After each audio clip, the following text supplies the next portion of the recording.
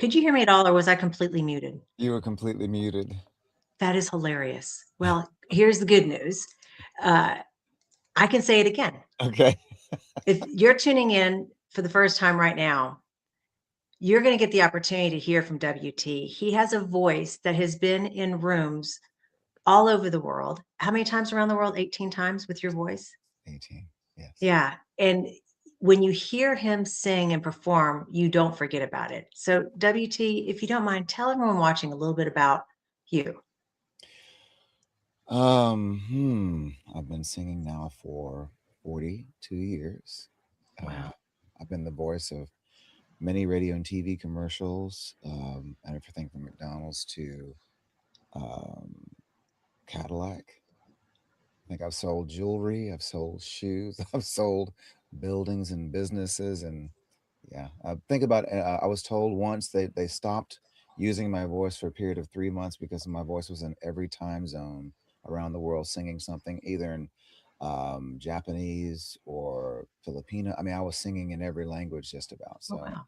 and so I just had a great time doing that, and then of course performing live and uh, known for my writing, songwriting for special occasions, and then of course the Lord's Prayer, which is hands down the most the song I've sung most, maybe outside of Phantom of the Opera or something by Andrea Bocelli. So Yeah. I've enjoyed it very much. Yeah. Well, and when you sang with Oprah, when Uh, Oprah was president, and she said that you had the voice of an ocean. so now Oprah was interesting. This is right before she ended her. This is actually the meeting of the vacation. Once a year, she takes all of her employees on a huge vacation somewhere. Okay. And this particular year, she chose the Mediterranean. And this was also a formal business meeting with her higher ups, as well as a vacation, to discuss changing her to closing her show and going to a network of her own. And so it was very interesting to be in the presence of all of the people that she loves, and then her top employees. I mean, I met so many people, and I and when I sang for her privately, I mean, she's one of the people that she's very much aware that her words are being listened to and being recorded, and she's very quotable. And I sang for them. She asked me to sing something that I loved, and so I sang "Summertime." And her favorite song at the time was "Ain't No Woman Like the One I Got." That's every woman likes to hear that song. And so, but when I got done singing, she said, "W.T. Greer, W.T. Greer." Well, if the ocean had a voice, it would be the voice of W.T. Greer. And then of course she said several other very nice things to me. But Right. I knew Dr. Maya Angelou before I knew her, and it was very clear. It was easy to see the influence that Maya had on her. Sure. Year before, I mean, we did a project called "Sing for the Cure," and she narrated the evening at the Meyerson Symphony Center, and I wrote one of the songs, the Song of Celebration, "Groundless Ground." Mm. And she said, when I met her, she said, "We need to talk, but not right now." She says, I know we have to talk, but not right now. And so we took a break from the Meyerson, and I usually try to go to somewhere where there's not a lot of people and sit down and have a lunch or something.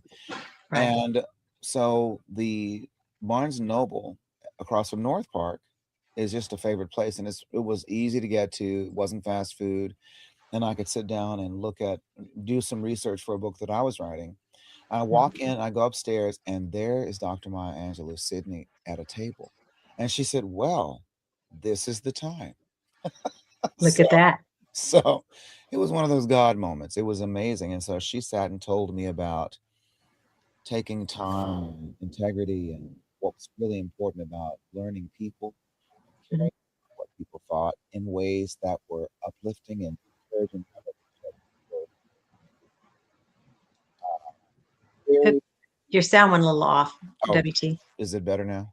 Yes. Yes, Okay, sir. I'm sorry. That's I okay. was just saying she really took the time to make sure that what she was inputting was a wisdom of how to deal in this business, particularly entertainment Mhm. of any kind. You know, as a writer and as a speaker, it's still entertainment, but the goal Sure. is not fame. Fame comes after the, I guess, lasting work is rarely loud at first. You know, it's faithful before it's famous. Mm. You know, you do something that is lasting, and that your goal for it was to be to touch people. I wrote the international anthem for the modern human trafficking movement, anti-slavery, Mhm. free the slaves. And I wrote those lyrics to enlighten but also to convict. They were strong lyrics, but they were very potent and very powerful. And I knew that there were children. I mean, 80%, 90% of the slaves in the world are children. And so when the song went out, it moved a lot of celebrities to get involved. Uh, and it was difficult in this country, I guess, because of our history. But in every other country, when National Geographic ran the article, they showed the father who had rescued his son after 5 years of enslavement. But Mm. in America, they showed they went to the animal side. They showed a giraffe and its baby. I mean, it's a hard subject in America Right. because it's just a hard subject. But anyway, my time with her gave me the foundation. And she actually told me, you know, when people tell you who they are, believe them before Oprah ever heard Oprah say that. But Yeah. everybody that I've met, every president that I've met, of all of the presidents that I've met, my favorite was my encounter. I mean, I don't, of course, you can't know someone. So I can't say my favorite president. I can say Sure. my favorite encounter was with President Ford. You know, and Mm. I've met President Carter. I met uh, George Senior, President Clinton. I met President Obama before he was actually president. Um, but I was asked to sing for Betty Ford, and she had done some work with the Coleman Foundation. She had been present at one of their luncheons that I wrote a song for, a Mhm. song of affirmation. You know, when you go to the Coleman Foundation luncheon, it's a very sad affair because people are losing moms, and men die of breast cancer as well. But they approached the people that were in charge of it that year, said, "Can we please do something fun and uplifting?" And can you write a song that's uplifting and embracing the idea of healing is possible and it's coming. So I wrote a song Mhm. called Embrace the Dream, and then we invited a high school choir from South Dallas to come in. And I had the incredible Benita Arterberry, when she was still living, come and sing the lead for um, Celebration. And it was just are you ready for a miracle and celebrate? It was powerful, and the kids sang, and it was a movement choir. And so, but at that was uh, Betty Ford, and it was a beautiful affair. Several many famous people were there that day to speak and to be part of it. Uh, I was I was very very touched by that situation. But when the Secret Service called me probably a year later and said, "Okay, they want you to sing for Betty Ford, and here are the rules: do not touch her, do not talk to her, do not approach her, do not hug her, do not." I mean, it was just a list and long. Do not, do not, do not, do not. And I thought, okay, I won't. And she's very shy, very introverted. But they didn't know that I'd already met her once at the Coleman Mm. luncheon, and I'd actually forgotten that. And when I saw her, I thought, oh, okay.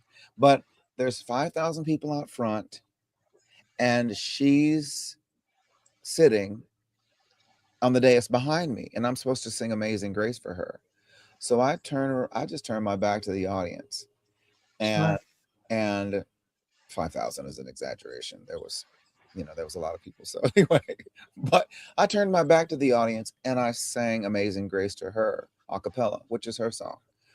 Mm. Got up from the dais and she came over and threw her arms around my neck and said some very, very nice things. And which I'll keep those to myself. They're very sweet, very nice things.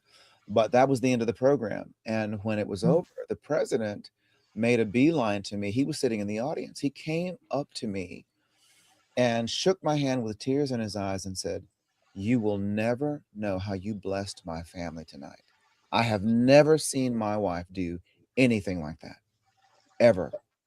And I was like, "Well, thank you." And it was interesting. He's a very big man. I was bigger than I expected, you know. Mm. And so, and I didn't think to get his autograph. I didn't, I just all these people that I've met, I've never really just, I don't do that. I don't try to get a picture with them until recently when I realized I really do need to start doing this. And that I broke that cycle with Diana Ross when I met her at a party in Los Angeles. So, and I that was a rough moment because my wife was standing next to me and I was like, "Oh, Miss Ross," and I just don't do that. I don't ever. Sure. "Oh, Miss Ross, ever since I was a little kid, I have blah blah blah." I just ran this, and my wife is just punching me in the side. She goes, "You don't talk about a woman's age." I was like, "Oh, oh, I am so. Please forgive me. I apologize." And she said, "Oh, don't worry about it, baby. I know I look good." So, but President Ford, like I said, it was just very moving and very, very sincere. In that world, people are very much aware of what people are hearing them say. They're very much of what happens from their lips being heard and repeated, and that Sure. was very transparent, very down to earth, and just wonderful. And I'm sure that the other presidents are like that too in their circles, when they're around friends. I mean, I've been around George W. around in at different parties here, birthday parties of his friends I've sung for, and weddings that he's of people that are close to his family. Yeah. Um, I've been around them more than any of the presidents, and he's very laid back and very very kind. But that was just so transparent and so kind. And Laura Bush is like that too. Very very sweet, very kind. Um, I've never met President Trump, and I will say this: the when I met the Clintons on several occasions and did parties with them as well. Very sweet people. Um, Hillary in particular, I met her at the Melrose. They used to do the campaigning at the Melrose Library, and Okay. I sang there for 10 years.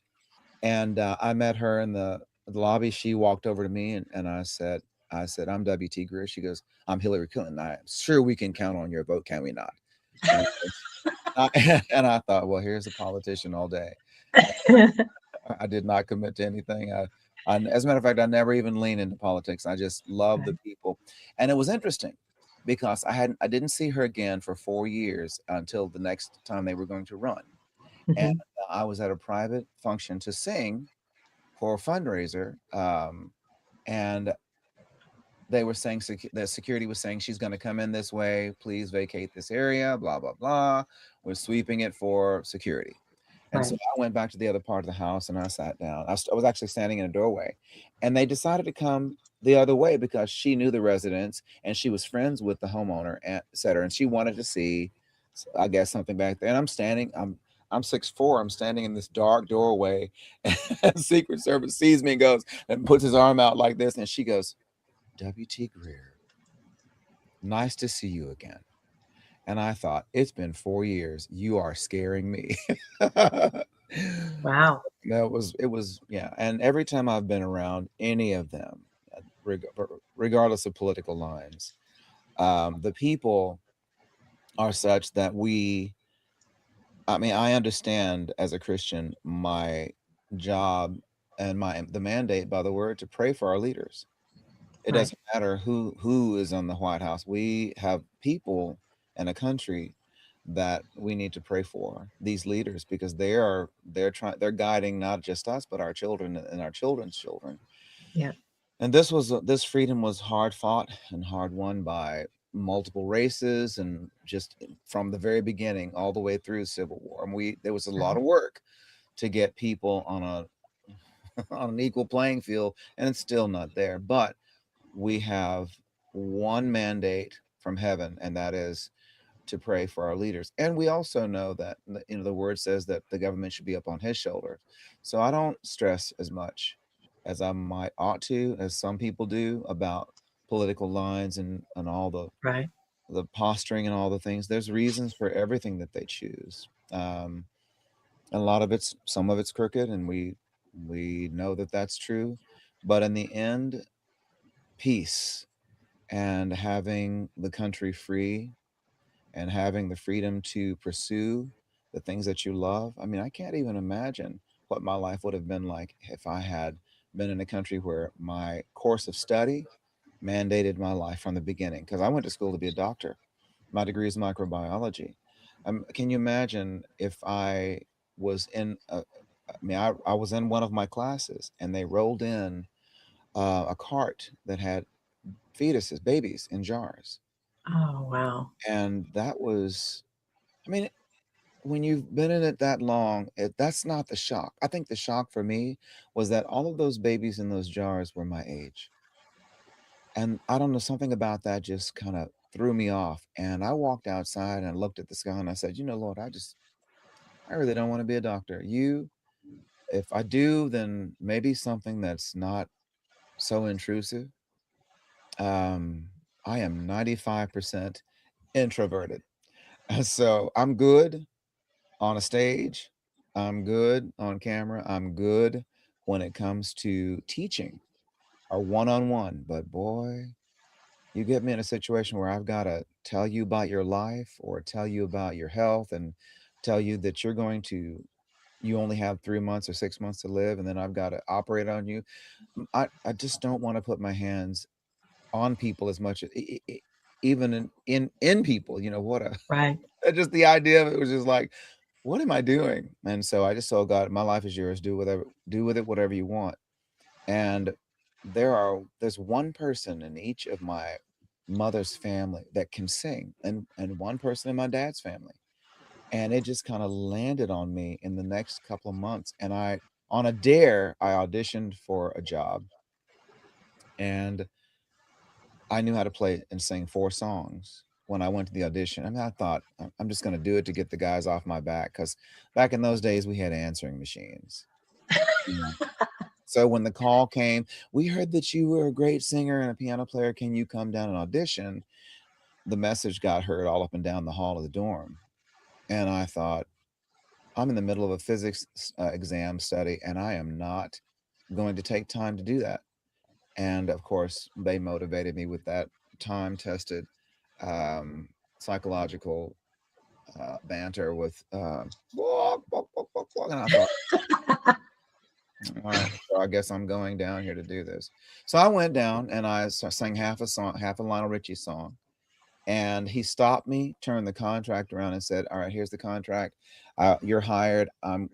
We don't start for 3 weeks. And I'm backpedaling. I'm sucking air like, what? No, no, no, no, no. Um, and he showed me the money, and I was immediately an adult. I mean, immediately. Mm. It was more money than I was making in a day for 2 weeks at my other job. I was shocked. I mean, what? And so I went to the music store and I bought every piece of sheet music for every song that I'd ever heard that I thought, I like this song. I mean, it was First Time Ever I Saw Your Face was the first song I ever learned to play. So that was one of my 4. So I picked up Lionel Richie's music. I picked up Sam Cooke's music. I picked up Broadway. I picked up Nat King Cole. I picked up some country songs, because I mean, like Please Come to Boston. It wasn't really what was pop in the 70s and 80s and 90s was really country music today. Sure. So all the beautiful songs, some Vince Gill, those I mean those songs that I just thought were beautiful songs, I picked them up and learned them. And I learned about the songs.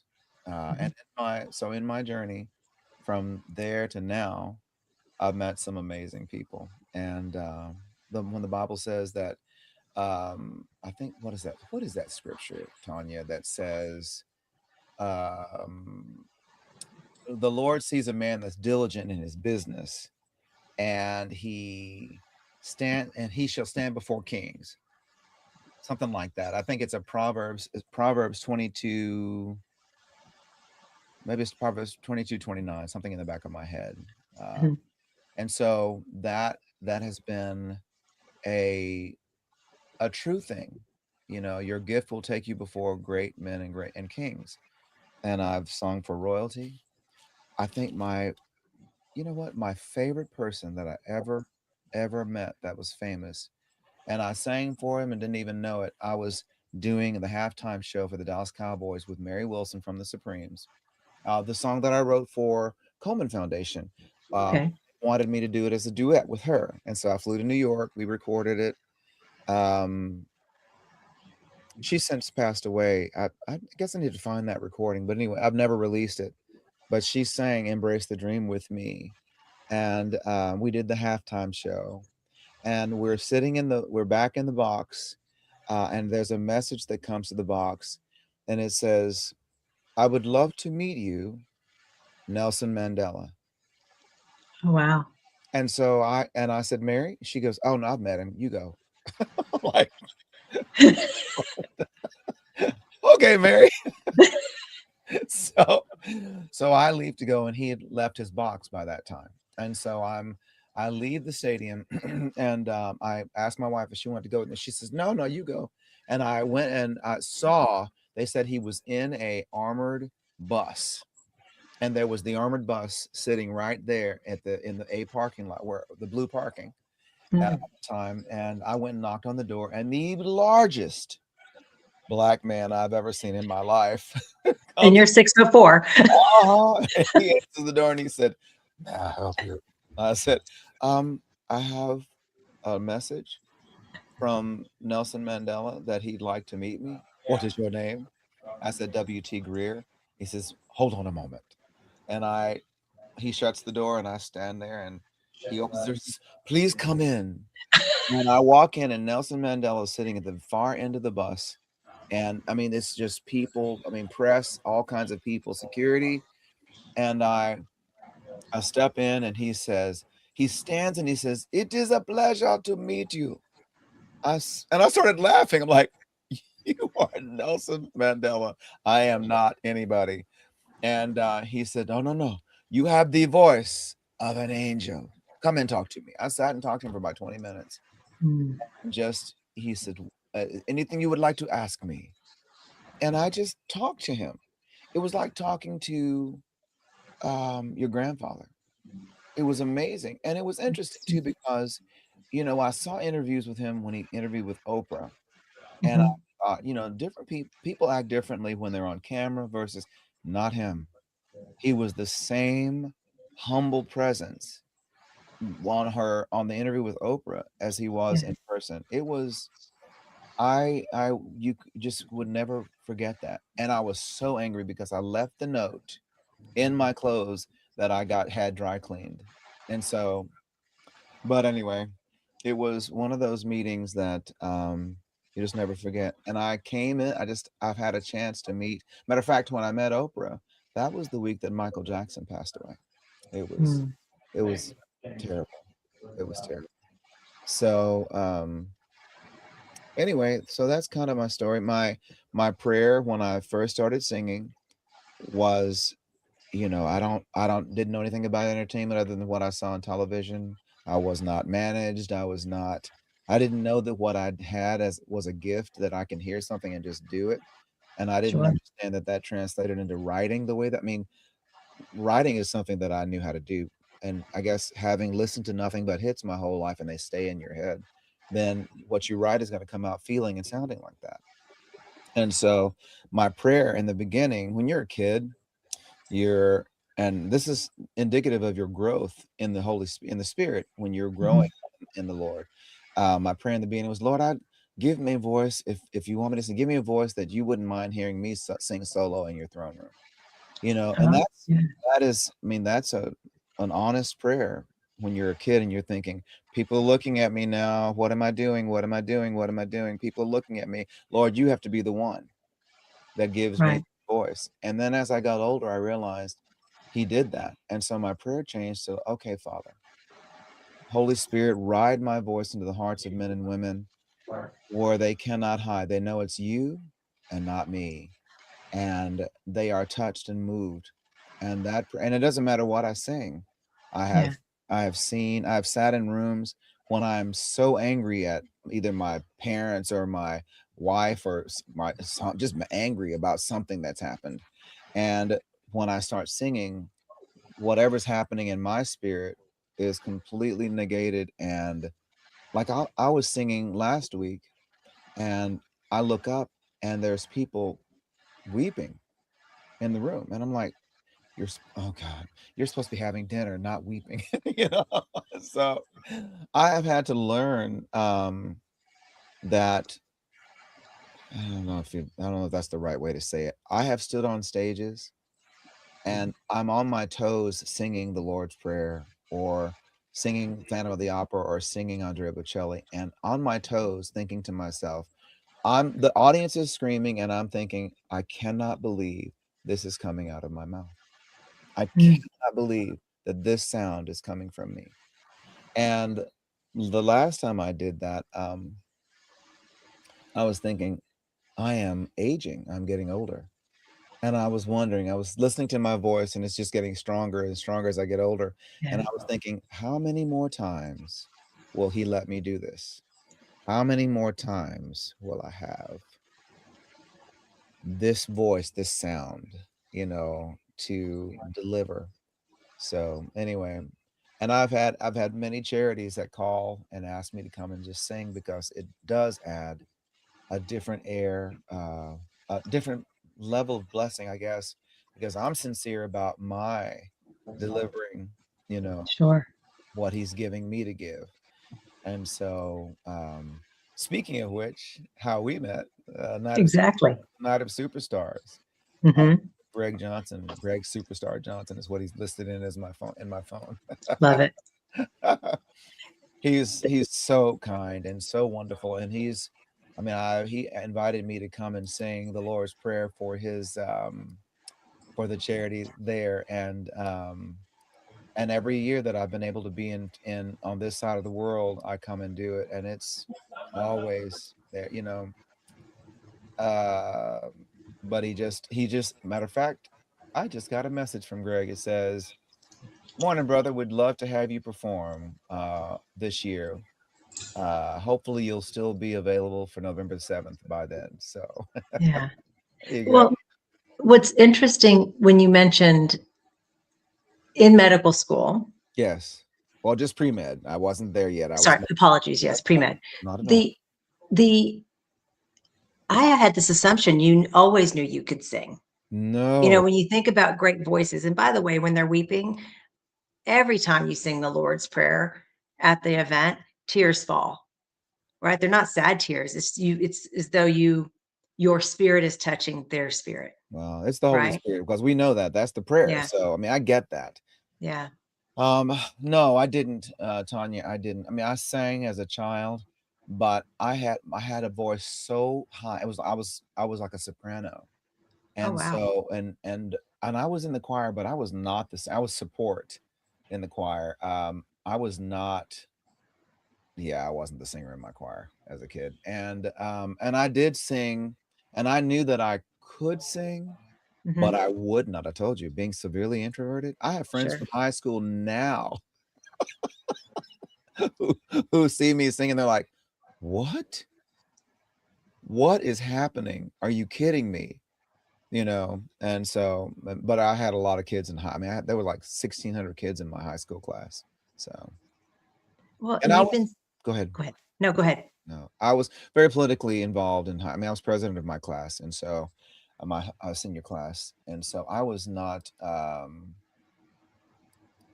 I was not even thinking about doing anything with music at all. Loved to dance, loved to write, loved to sing, but how many people do you hear say, "I sing in the shower"?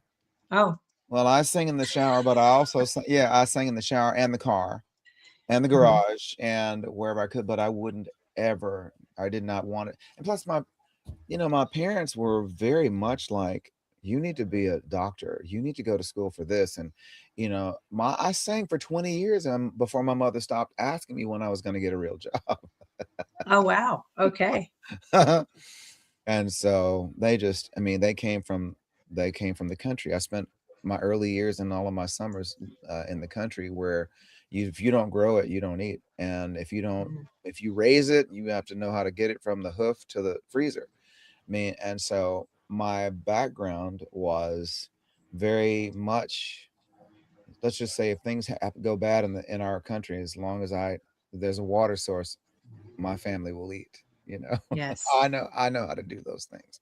And Right. so, but I have really enjoyed, the praying the prayer, Lord, you know, um let it be, if you're going to build something and do something, let it be him first. Let him be the first thing out of your Absolutely. mouth, because he wrote the book, he made the body, he made the heart and the mind. And I think that one of the greatest questions that we all face, no matter what you do. I grew up in a house. One of the greatest questions is, why would God do what God does? Why is there evil in the world? Why did he why does he allow all those questions? And I think for me, my dad was the man who took the integrated circuit.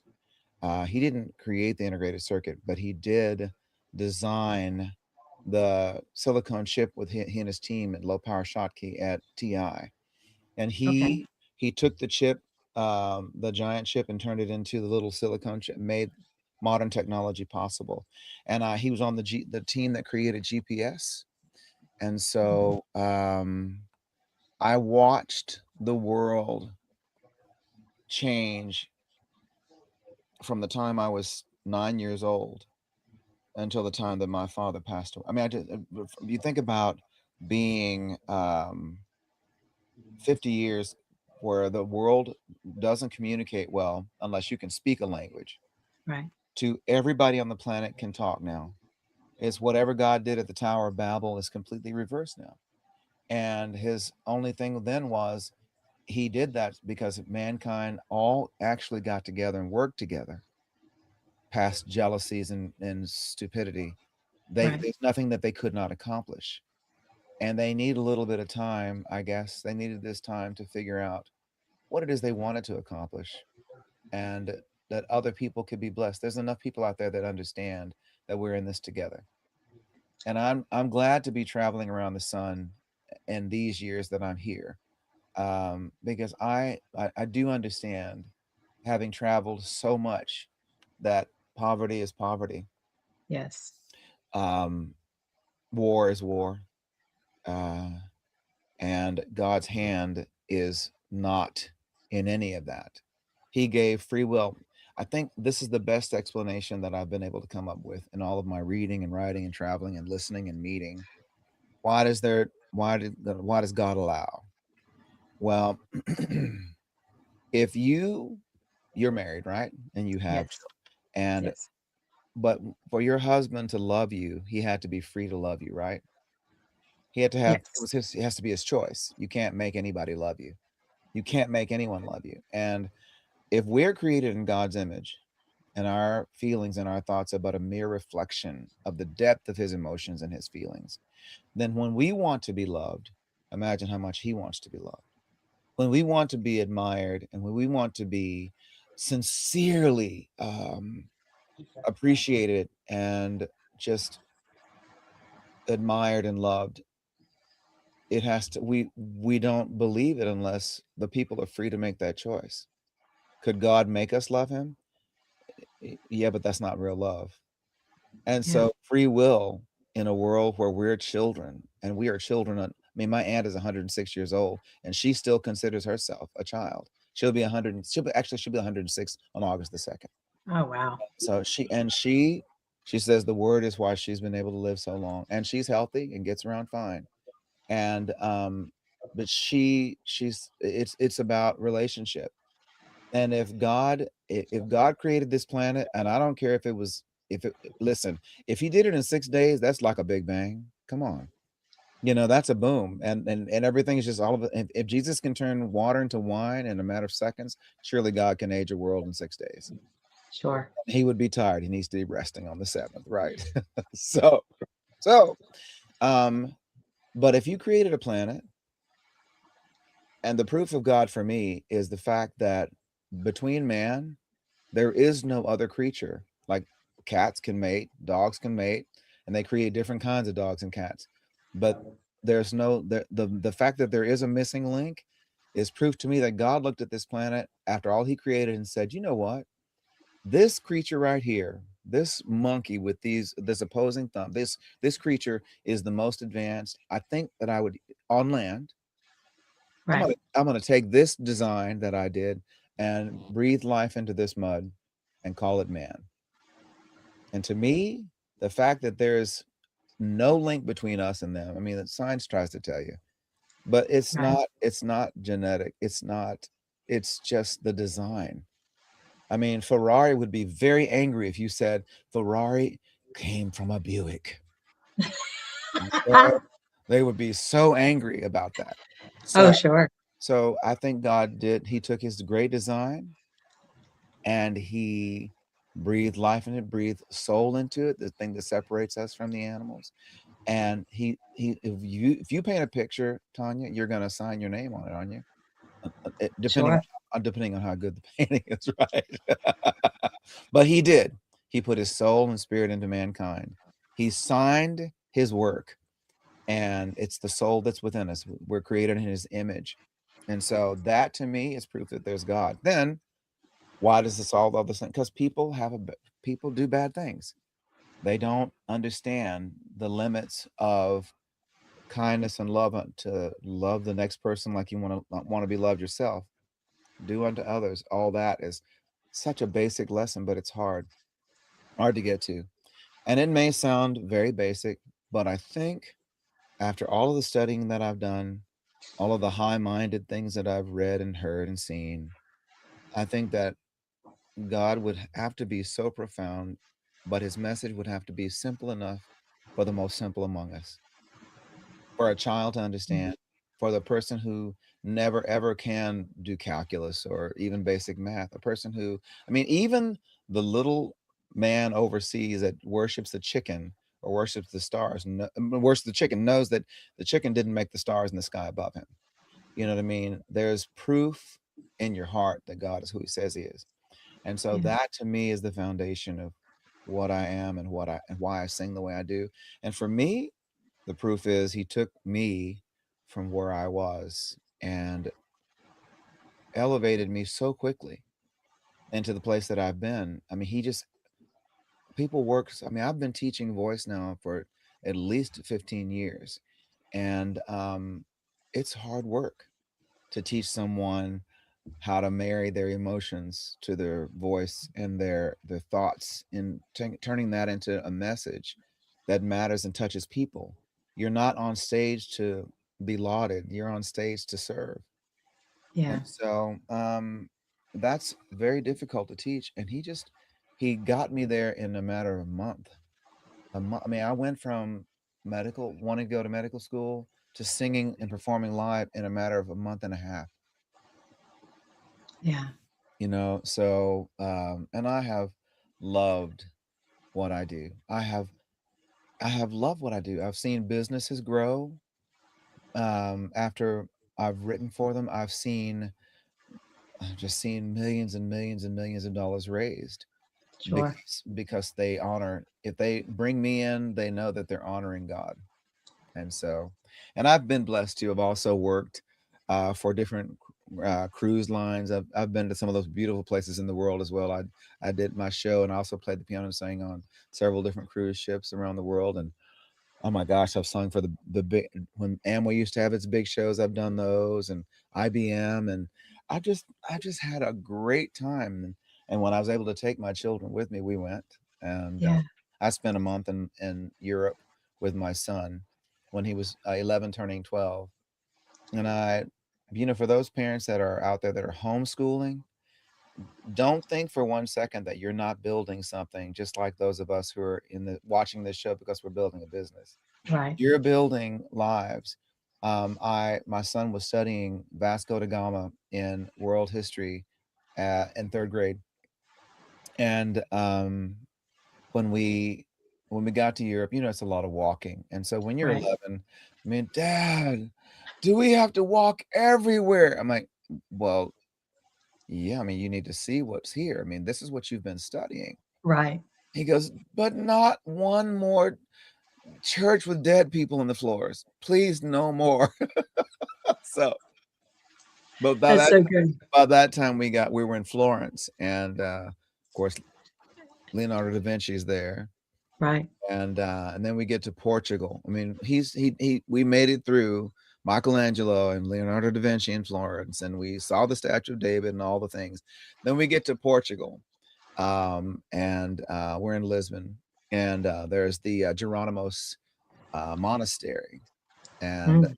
Vasco da Gama was one of the people that he studied, and that he was the first person to sail the Horn of Africa safely, because most of it was too dangerous. The waters were too dangerous. He navigated that course and figured out how to do that. And so we're in this Geronimos monastery, and Vasco da Gama is in. There's a statue of him on top of basically his crypt sarcophagus. Mm. And my son, he's just like, I just cannot go into one more church with dead people in the floors. So he sits down at the foot of this sarcophagus, and there's a little plaque there that says Vasco da Gama. And I knew he'd see it, but I'm just taking pictures and I'm walking around. He goes, Dad. I'm like, uh-huh. Dad. I'm like, yeah, Vasco da Gama. I said, oh yeah, uh-huh.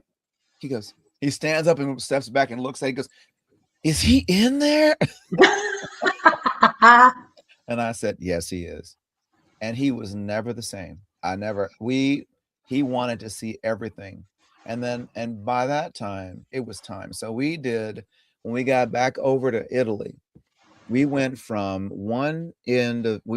Florence to Rome, and we tried every gelato place that we found. And we found the best gelato place in all of Italy. And you know what? I had someone confirm this. One of my guests came in a couple of weeks ago to hear me sing and knew that I had been to Italy, and she said, we found the best gelato. I said, well, let me see if what you think is. And then I said, she goes, well, we were at the Statue of David. And I said, diagonally across from the Academy du Musée is a little place. And yes, they have the best gelato in all of Italy. Oh, that's great. I don't know the name of it, but it is hands down. It's like the difference between, Baskin Robbins and Swenson's. When Swenson's they just had higher Right. fat content. The flavors were richer. It was wonderful. It almost felt like they milked the cows themselves. It was so good. So, but anyway, just had the best time. And so when you're homeschooling your children, just realize that you're building a business in the fact that you not a business, but you're building business makers, and Yes. give your children foundations. Teach them integrity of the heart, and skillfulness with their hands. Teach them how to be productive, and tell them, teach them that being in front of a screen is not everything. Get out. Right. Don't just look at a video about building a model car. Go build a model car. Don't just watch videos on how to build a raised garden in your backyard. Go build a raised garden, and it'll just get better. Don't learn about the different kinds of citrus trees. Go find them, grow them, and then figure out what to do with the lemons and all the different things, or the grapefruits or the oranges that you grow. Um, yeah, don't just watch videos on what is happening and what other people are doing in life. Do your own. Right. Do it too, because you're interested in some way. And if it's hard, yeah, that's how you learn. If you get dirty, oh my gosh, that's what soap is for. Right. You know, um, don't get a pet before you learn about raising a pet. Just learn before you do. And whatever you do have, take care of it. Kids, take care of your parents. Parents, take care of your kids like they're gonna be taking care of you one day, because they more than likely will. You Yes, for sure. You were saying something earlier I want to kind of go back to because it's a conversation that's come up recently with a dear friend of mine. Okay. And clearly, I have so much value and respect for the amount of wisdom you bring. There's a child that's struggling with believing in God. Oh, of course. And it's specifically because of the why does he let bad things happen to kids, Mm-hmm. to the innocent? Mm-hmm. How would you respond to that? Is it God doing it? This world is full of brokenness and sin. Yeah, Mankind, and let's be clear about it. Um, the way that the Bible describes it is that the world was a perfect place. The garden was a set up place of perfection. And right. the first time fear is ever mentioned in the Bible is in the garden when God says, Adam, where are you? Adam and Eve, where are you? I don't think he was saying proximity. Where are you? I'm looking for you. He's Right. saying, what's happened to your spirit? Because they've sewn fig leaves together, and we were afraid because we were naked. Yeah. If there's a world where nakedness is not a thing, and there's nothing to fear, there's nothing that's going to harm them. They don't have to be clothed. There's just a whole dynamic about, and the perspective. And you can't have a question like that if you're not willing to sit down and study and read what the Bible actually says. If you're going to believe enough to be angry, know this: God can handle your anger. He's big. He can deal with the anger. He can deal with the questions. You cannot ask a question that God will not answer for you. And the first thing I'll say is study the word, know the truth, know it in context. There's too much out there now for you to just gloss over it and have someone standing in a podium at a podium on a Sunday and tell you everything about God. That person is not living for you. Go study it for yourself. Right. Learn who he says he is, and then ask him your questions, and then look. My grandfather taught me that he says, look at the ants on the sidewalk.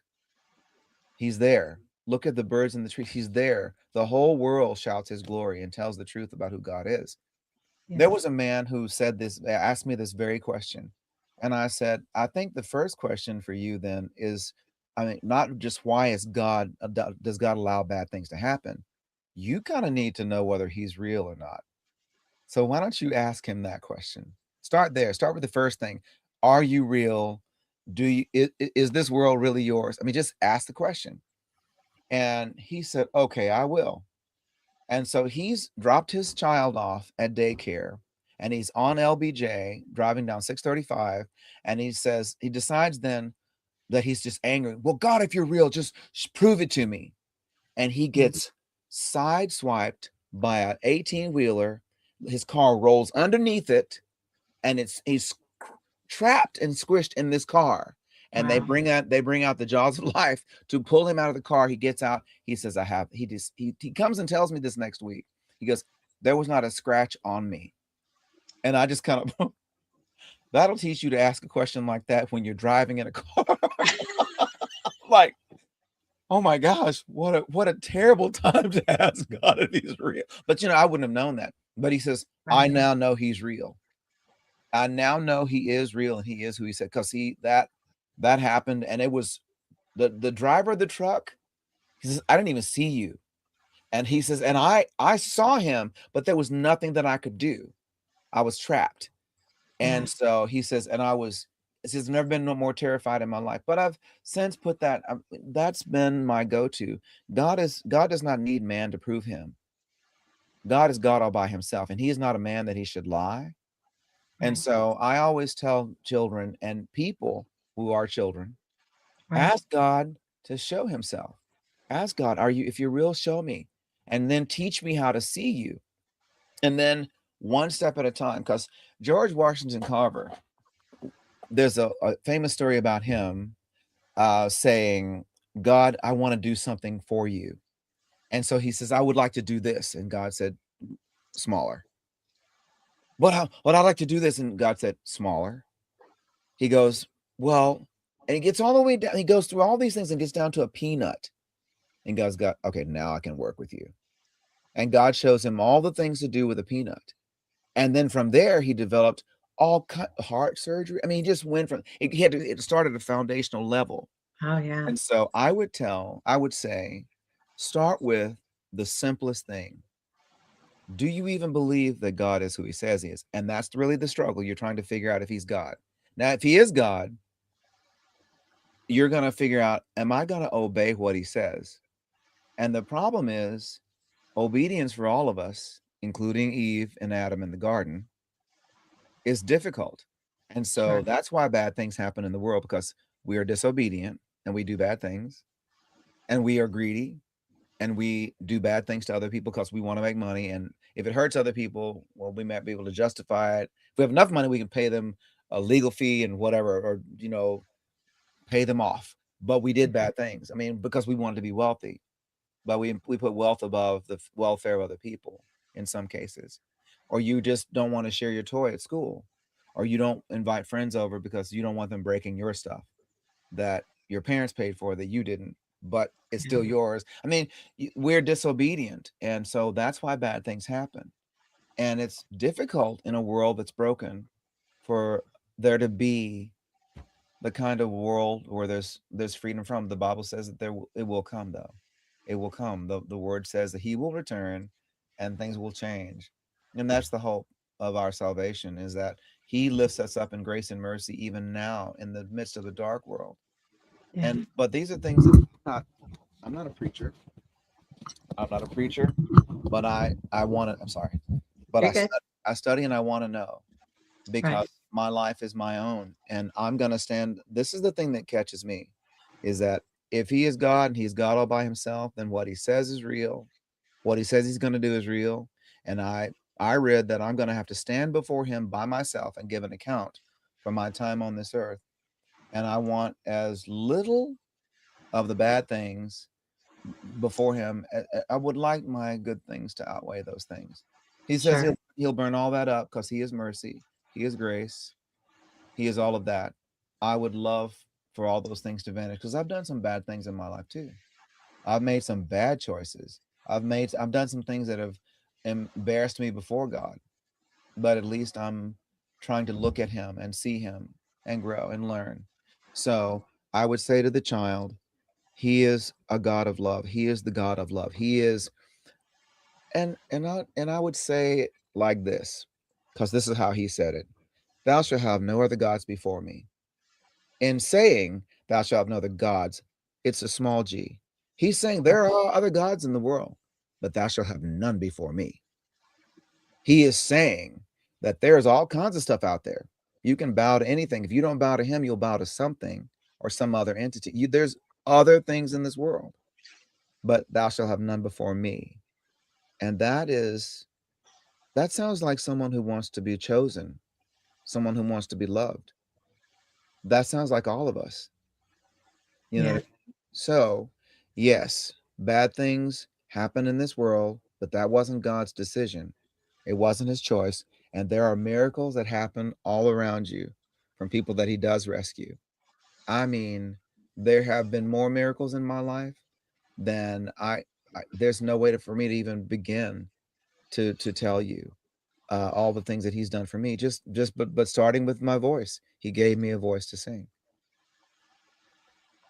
That's the first miracle. Then he gave me a platform to stand on, because I was Yeah. willing to do the work and to get out there.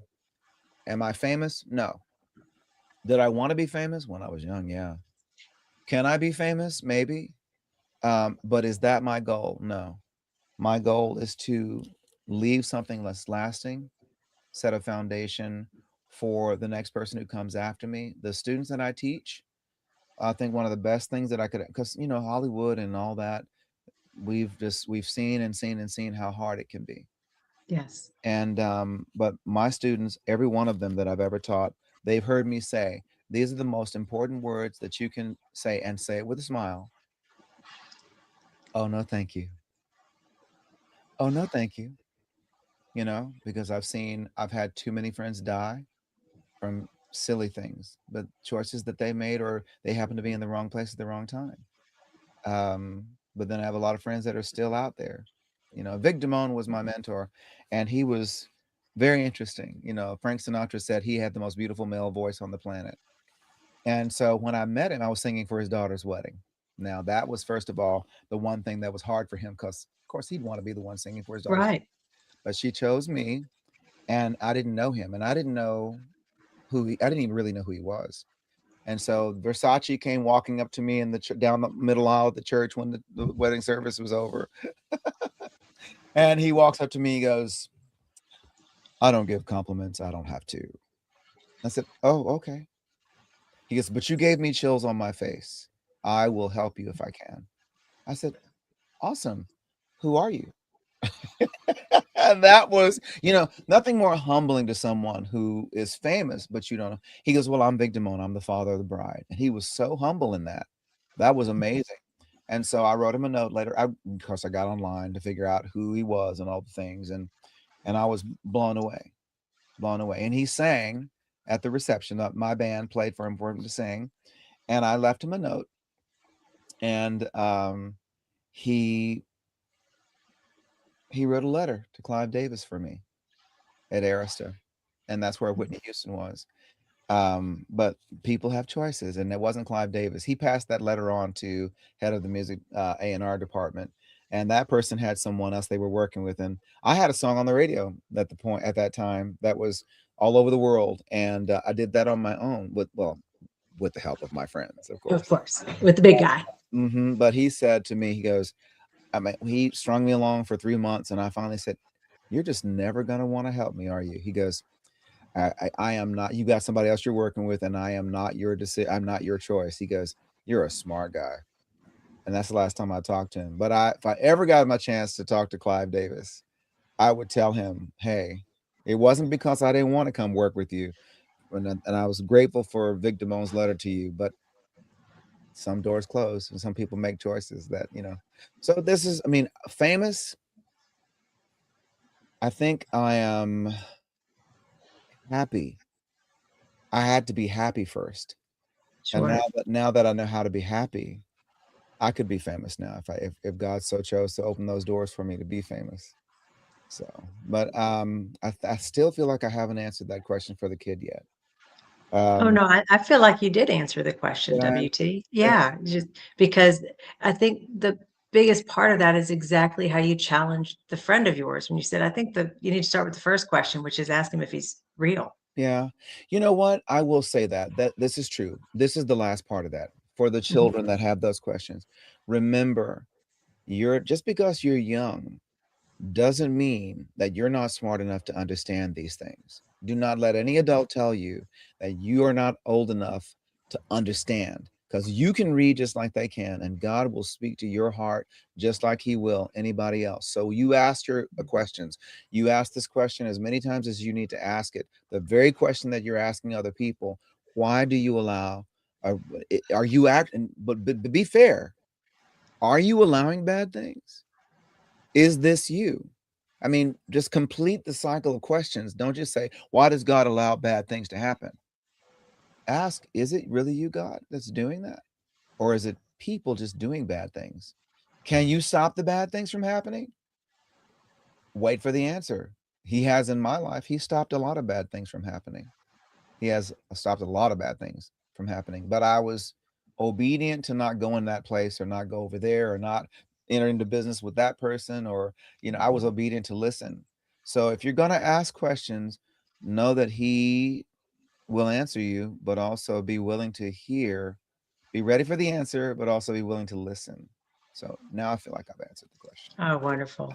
Thank you. And I know we're getting close to wrapping. So, Okay. uh, one final question, WT. For the Sure. person listening who knows they've been given something meaningful, what would you want them to understand about carrying it well?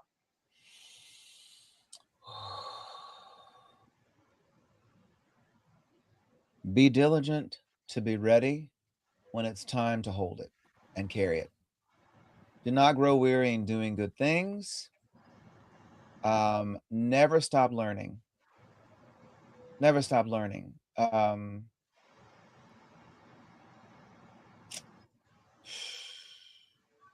It's not what you preach with your mouth, it's what you do. Okay? You got to Mm. do. Um, Being a leader is not being in charge, is taking care of those that are in your charge. Yes. Make sure that you put the people first. Uh,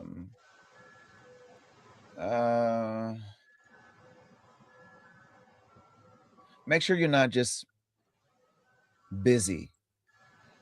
Don't be a human doing, be a human being. Because in being, people can follow that. They see the example.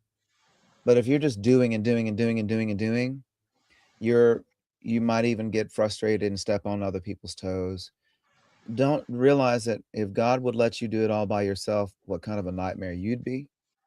And let people help. Yes. Trust people to help you. And if they but until they betray your trust. But if you carry people along with you on the journey is much more fun.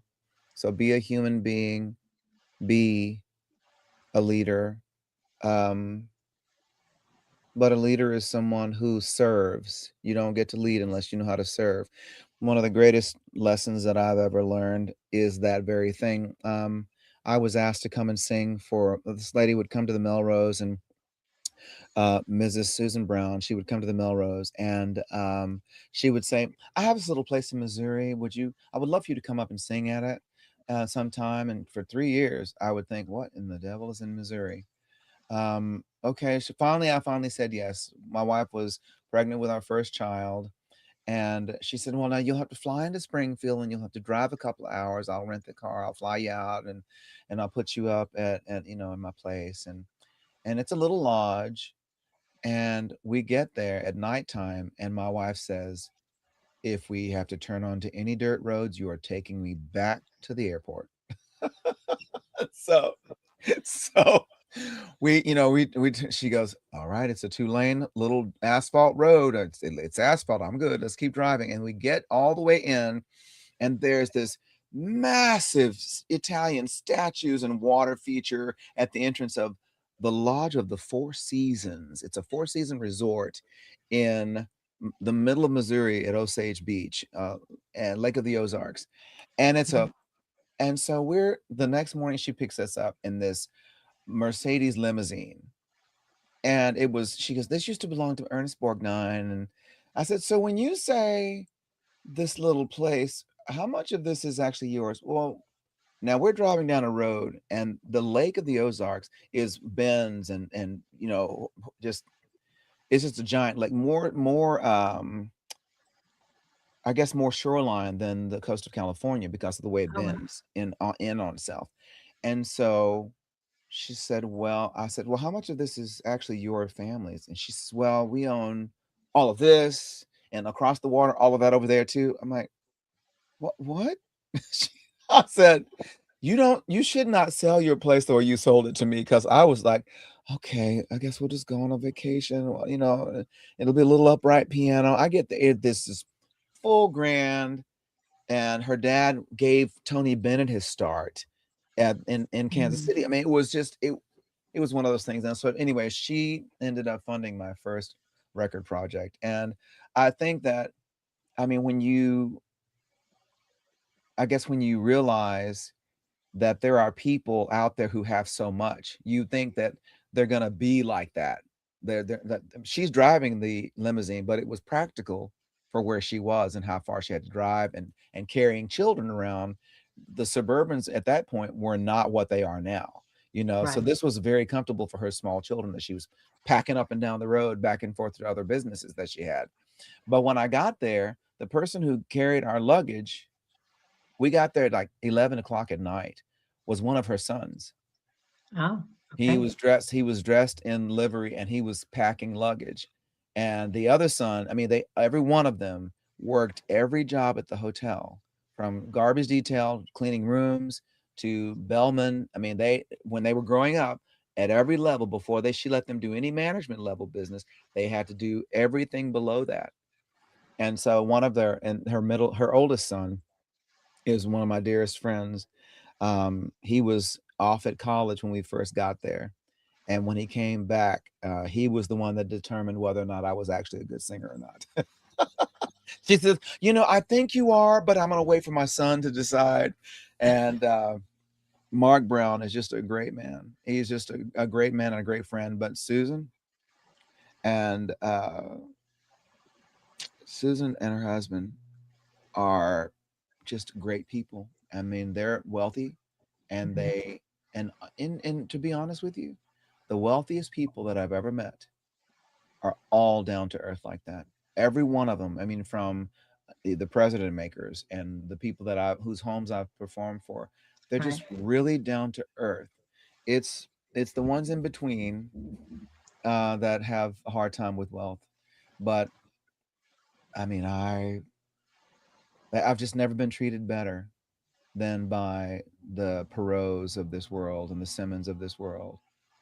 I before I even knew who these people were, I was invited to Harold Simmons' home, and he says, "I want you to come play for my wife and some of them friends." And I get there, and you can bring a keyboard because the piano's in the other room. We want to sit in the living room. So I get there, I set up my keyboard, and I'm playing. It's just eight of them, eight people, and it's Ross Perot and his wife, Harold Simmons and his wife, his brother and his wife, and T. Boone Pickens and his girlfriend at the time. Um, and I'm glad I didn't know who they really were. They were just nice people who used to come hear me sing at the Melrose. I Mhm. would listen to them talk about business, and when I finally understood who they were, I asked Harold Simmons about business, and I sat in his office and heard him tell me about business and investing. It was I just have been so fortunate and blessed. But yeah, if you're going to be a business leader, recognize that don't give up your humanity and always care about your people. Be patient, and be willing to teach, and be patient with those who are slow in learning. Because once they learn it, boy, if they're diligent, they got it. Yeah. And people remember what you do for them. I do. I Sure. remember the people who do things have done things for me. Um, one of the sweetest people I ever met was a lady named Mrs. Scripps, and her family owned the park out behind Scripps Pharmaceuticals. She was the matriarch of the family, and she came to hear me sing at the La Valencia Hotel in La Jolla. And she walked over to the piano. She says, "First of all, you're very, very good. Do you know As Time Goes By?" I said, "I do know that song." She goes, "You know, that song was written in my living room, my drawing room. I had a piano in and Herman Hupfeld used to come and sit there. He was in love with Helen. I thought she was a movie star at the time, and she did not return his his admiration. But he wrote this song about her, and it was a song of longing for her. Helen Hayes, maybe. Anyway, Herman Hupfeld wrote that song and in her living room, and she just sat and regaled me of tales from old Hollywood and different things like that. Those are the things that meant a lot to me. The stories that I was told by the people who lived those things. Sure. So anyway, What a blessing. You have shared several with people watching, and you have such a servant heart, WT. Thank you so much. And if I don't see you beforehand, I will see you in November. I look forward to that. Thank you, Tanya. All right. Thanks everyone for coming, and we'll see you all next week.